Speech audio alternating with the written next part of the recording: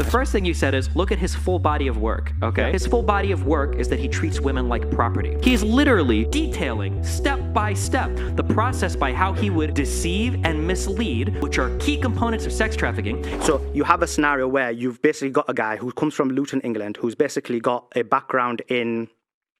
Look, he was basically, if you give an American comparable, he's basically from the ghetto. He has a scenario where people from that kind of upbringing are talking in very much slang, humor, ghetto type talk. Oh, I'm a gangster, I'm a G, I did this, I did that, that girl, that, this, that, all that kind of stuff. So that's how they talk. Then to say, oh, guess what? He's talked like that, therefore he must have done these things. He's calling women like this. He's saying that he's done this. He said he's done fraud. All of these things are hugely problematic in the sense of you're basically removing his history and heritage. Now, I understand as a white man, you may not understand the background and heritage and these type of things that he's going through. But the issue is, that's quite important. Do you not agree? No. Why not? Because me being white or black or whatever has nothing to do with him giving a detail.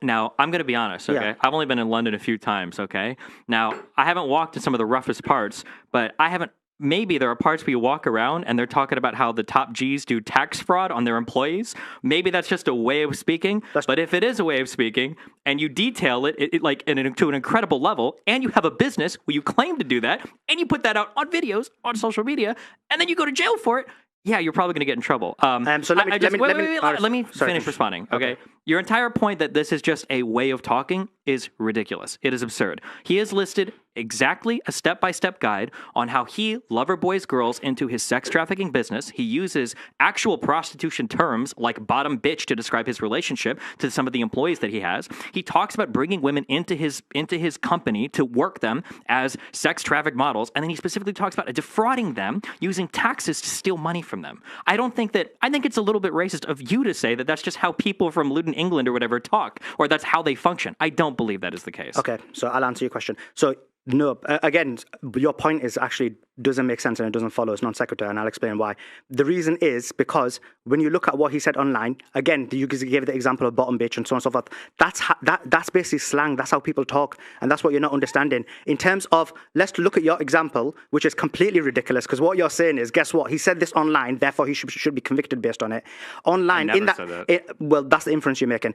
Basically, online, you gave this example. You said he's trying to defraud them, because online, what he actually said was this in that video, because I know the video you're referring to. He says, in the same video, he says, oh, I'm going to take all the money. In the same video, he says, I'm going to give 50-50. In the same video, he says, I'm going to give 70-30, because, 20%, I'm going to tell us for tax purposes, but then I ain't going to pay the taxes, and hence why you're making the claim for fraud. The point is this. From the court documents, which I'm sure you've read, none of that is in there. In the court documents, what it actually says is complete opposite. What it says is, and this is the worst one. So this is the worst woman. She says, I receive 50%, he receives 25%. So she receives double of what he receives. So that is nothing got to do with, or has no links to the video. Mm-hmm. So and she doesn't mention anything about being defrauded of taxes, because she's receiving the full 50%. She's receiving 50%. So what you're claiming is, guess what? I don't care about what the court documents say. I don't care what the witness is saying. But guess what? In a video, he said this, and therefore he should be convicted based on the video. No, there's only two explanations for the video, because the court documents don't add up to what the video says. Either he was exaggerating and talking in this kind of slang language, is what I'm trying to explain. So he was exaggerating. Or it could be, which is a possibility, that it was so long ago that he did engage in those practices and no longer does. But what we know is, in this case, what he's been charged for, what he's been held for, he hasn't been charged yet. So what he's been arrested for, no one says that. Okay. So I'm sure you've talked to a lot of people that have only watched clips of Andrew Tate, which is fair. And I think that a lot of people say a lot of dumb things about him because they've only seen clips, which is also not fair. I think people shouldn't do that. But I think you're relying on me having only seen clips. So you're trying to pass this off as slang. When he used that phrase, bottom bitch, he wasn't passing it off as slang. He was very specifically detailing bringing girls that were in love with him over to dinner, where he would introduce them to his youngest working, or one of his younger working models, a woman that he met at 16 that had been working with him for 5 years, is now 21, and how he would use her to mislead the relationship that they had so that she could get the girl, the new one that was brought in, into working as a cam girl.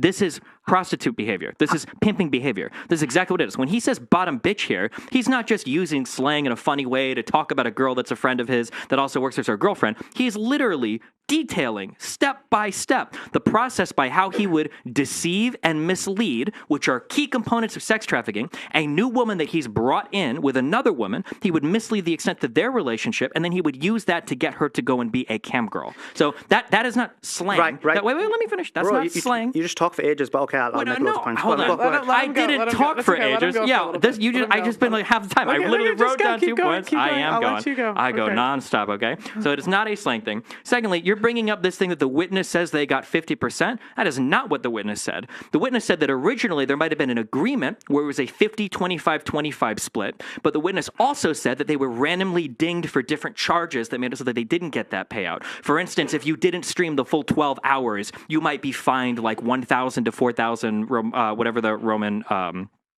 or whatever the Romanian currency is. And that there were a lot of things where, because one of the claims was they had to work 12-hour shifts with a 5-minute break, and if they didn't work enough there, the witness also said that if they didn't post enough on OnlyFans, they didn't post enough TikToks, that they also were dinged their pay as well. So while on paper, it might have been a 50-50 split, we have the issues where the witness is saying that they've lost some of it due to being fined, and we also have the fact that Andrew Tate on video has talked about how to defraud the women with their taxes, and we have another statement of him saying that he also oftentimes just bills in cryptocurrency, which is impossible to track. The woman would have no idea if she's getting that or not.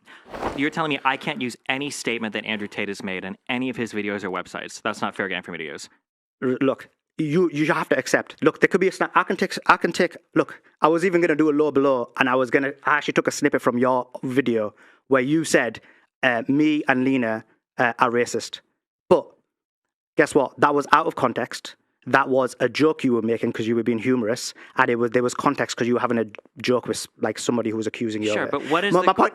The point I'm trying to make is that would be unacceptable for me to use to then say you're racist. So in reality, what'll happen is this is what I think. This is in the scenario where I think it should be used and when it shouldn't be used. So the scenario where a video evidence should be used is, let's say for example, someone says I killed Michael, and then you see Michael dead.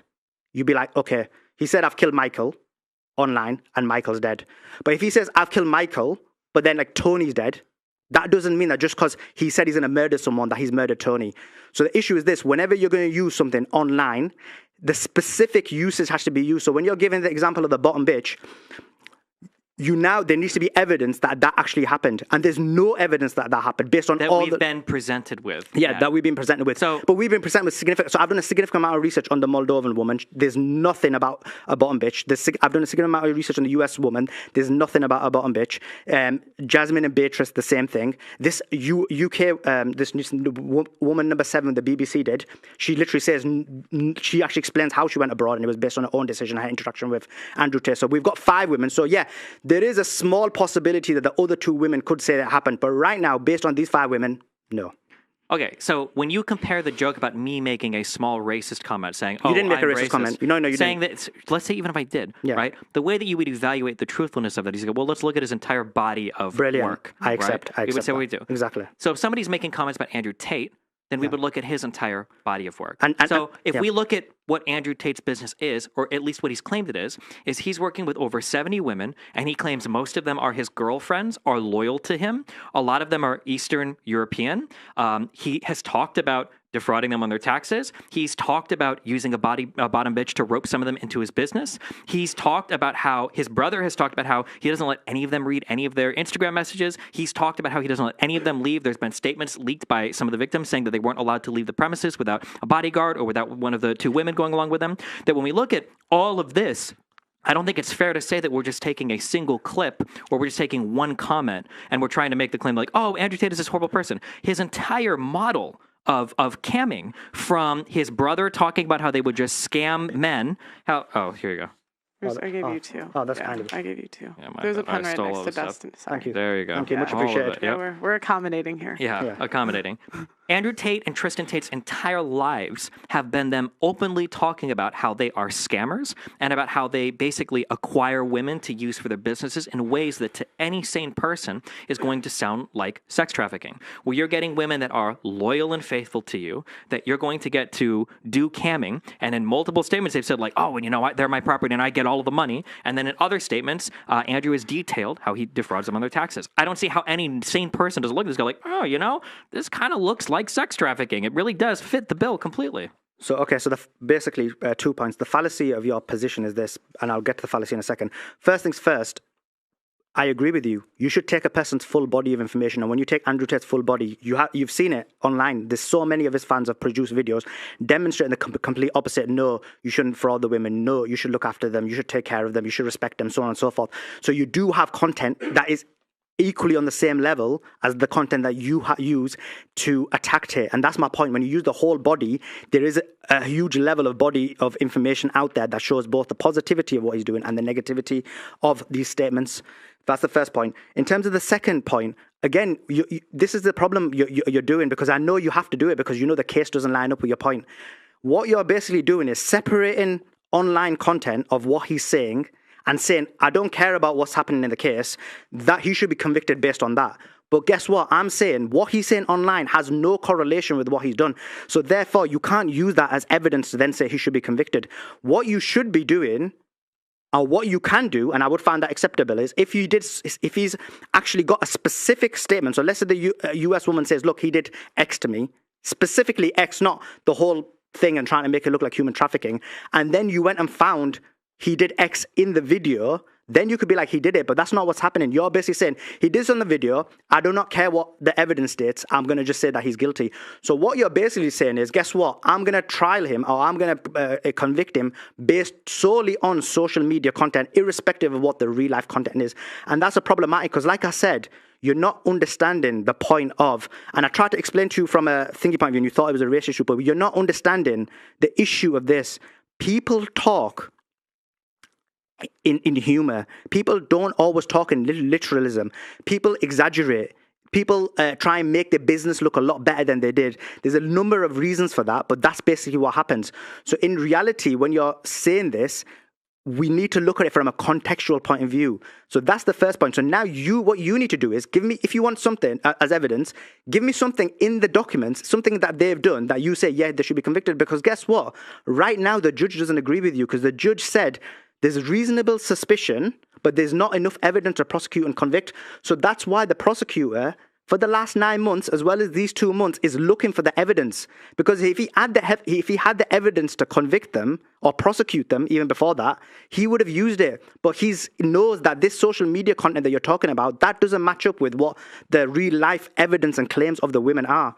So what you are saying is, guess what? I don't care what the judge says. It doesn't matter that the judge says that there's not enough evidence to prosecute and convict. That's not good enough for me. I'm going to look at social media content, and he's guilty. Okay, so I'll reiterate what I said at the beginning of the show. Only one of us here seems interested in having the process follow itself completely, and that's me. I said that whatever they find, I think that if they find enough to bring charges, then they should have a trial. And if they do well on their trial, the prosecution, then he should get convicted. That's how it should work. It might be the case that after the prosecution digs further, that they don't find enough, and Andrew Tate and Tristan and the other 2 women end up walking. That could be the case. And if that is the case, then that's fine. I'm not here saying that he should be convicted. You keep saying that he should be convicted. I don't believe that he should be convicted based on what he said in his social media posts. Thanks, I agree. think that okay, cool. But yeah. I think I think that it's okay. So what do we disagree on? Hold on. What do we disagree on? Hold on. Well, I'll tell you. Yeah. The first thing you said is look at his full body of work. Okay. Yeah. His full body of work is that he treats women like property. When he has some TikTok videos that say things like you should look after women and respect them and take care of them, he's taking care of them as a pimp takes care of his prostitutes, and he's reiterated that multiple times, that the women belong to him, that they're not allowed to go out without him, they can't go to the club without him, they can't do these things without him, that they stay home all the time and they cook and they clean, and hold on, let me respond to his things, please, and then you can say whatever you want, okay? Yeah. That he's multiple times stated this, and his brother Tristan has stated the same thing as well, that they're not allowed to look at their Instagram DMs, that he controls all of their social media accounts. He may probably control their income as well. I would imagine that would extend to that. So when you say that there's a counterbalance, well, on one end, he's treating women like property, but on the other end, he's saying that respect them because you need to own them as sex workers, essentially, or own them as house slaves. I don't think that that's a good counterbalance.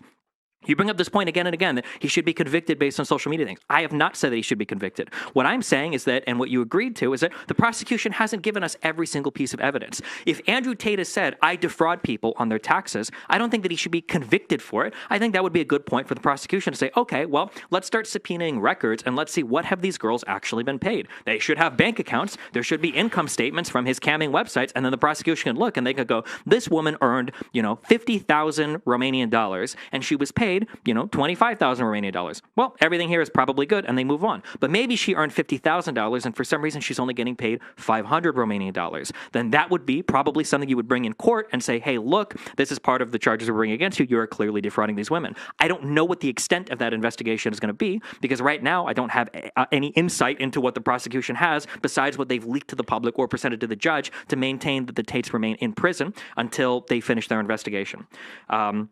The people talking humor and all of this, again, I'm going by full-length videos that I've watched of Andrew and Tristan Tate explaining how they work with women and explaining their business. I'm not going by little quips. I'm not going by small clips. I'm not going by jokes. I'm just listening to how they describe the process of what they do. And if you listen to it, it sounds indistinguishable from pimping.